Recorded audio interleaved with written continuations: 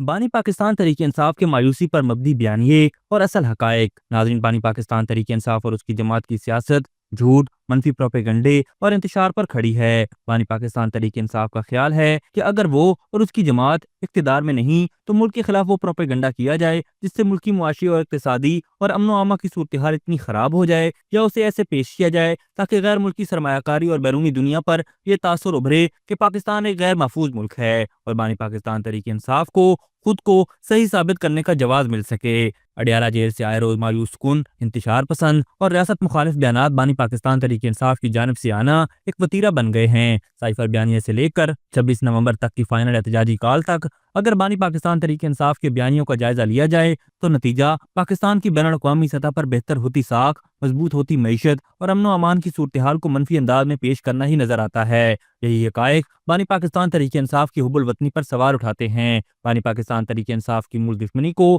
عیاں کرتے ہیں اور بانی پاکستان تحریک انصاف کے پس پشت غیر ملکی اور صہیونی طاقتوں کو اشکار کرتے ہیں جن کے ہاتھوں میں بانی پاکستان تحریک انصاف کھیل رہا ہے۔ بانی پاکستان تحریک انصاف بار بار القادری ٹرسٹ کرپشن کیس میں میڈیا کو صفائیاں پیش کرتا ہے مگر عدالت میں شواہد بھی پیش نہیں کرتا اور ہیلے بہانوں سے تاخیری حربے بھی استعمال کرتا ہے جس کا ادراک اب عدالتوں کو بھی ہونا شروع ہو گیا ہے۔ اپنی کرپشن کو چھپانے کے لیے بانی پاکستان تحریک انصاف اور بشرا بی بی نے مل کر حسب معمول مذہبی کارڈ استعمال کرنا شروع کر دیا ہے۔ القادری ٹرسٹ کو اب حدیث کی تعلیم سے جوڑنا سمجھ سے بالا تر ہے۔ القادری ٹرسٹ کا اگر حقائق پر جائزہ لیا جائے تو سیاسی پشت پناہی اور زبردست تشہیر کے باوجود سابق وزیر اعظم بانی پاکستان تحریک انصاف اور بشرا بی بی کے القادری یونیورسٹی میں 4 سال کے دوران صرف 200 طلباء نے داخلہ لیا۔ کیا اس پر بانی پاکستان تحریک انصاف کوئی توجیہ پیش کر سکتا ہے یا اس کم تعداد کو بھی ریاست کی سازش قرار دے کر خود بری و ذمہ ہو جائے گا؟ سازش کی گردان اڑاپتے ہوئے بانی پاکستان تحریک انصاف نے انتخابی نشان پر بھی سابق چیف جسٹس اور اعلیٰ عدلیہ پر الزامات عائد کیے،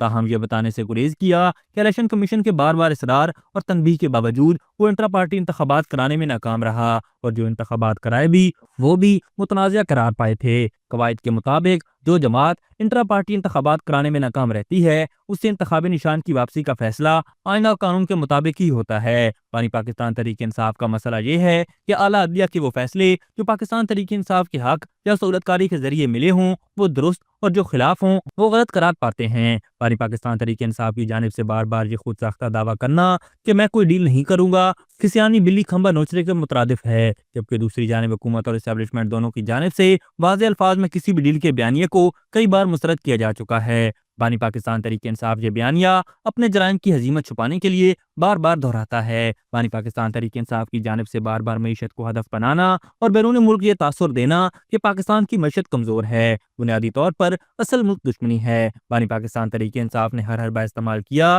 کہ پاکستان معاشی طور پر غیر مستحکم ہو جائے۔ IMF کو قرضہ پروگرام رکوانے کے لیے خطوط، پاکستان کو سری لنکا بنانے کا پروپیگنڈا، SIFC کے خلاف پروپیگنڈا اور ترسیلات زر روکنے کی کوششیں بھی کر لیں مگر سب میں ناکامی کا منہ دیکھنا پڑا۔ پاکستان اس وقت معاشی استحکام کی جانب گامزن ہے، غیر ملکی سرمایہ کاری بھی آ رہی ہے، اسٹاک ایکسچینج میں روز ریکارڈ بن رہے ہیں، امریکہ جیسے ممالک کے ساتھ برآمدات میں ریکارڈ اضافہ دیکھنے میں آیا ہے۔ عالمی بینک نے پاکستان کے لیے 10 سالہ country partnership frame work SPF کی منظوری دی ہے، اس کے تحت ملک کو $40 ارب دینے کا وعدہ کیا گیا ہے۔ بانی پاکستان تحریک انصاف کو شاید معلوم نہیں کہ شرح سود میں کمی، ترسیلات زر میں اضافے اور افراط زر میں کمی کی وجہ سے جولائی تا دسمبر 2024-25 کے دوران کاروں، لائٹ کمرشل وہیکلز، پک اپ اور وینز کی فروخت میں 54% اضافے کے ساتھ 60,676 یونٹس رہی، جو گزشتہ سال اسی عرصے کے دوران 39,453 یونٹس تھی۔ دسمبر 2024 میں گاڑیوں کی فروخت 69% اضافے کے ساتھ 9,820 یونٹس رہی، جو کہ ماہ بماہ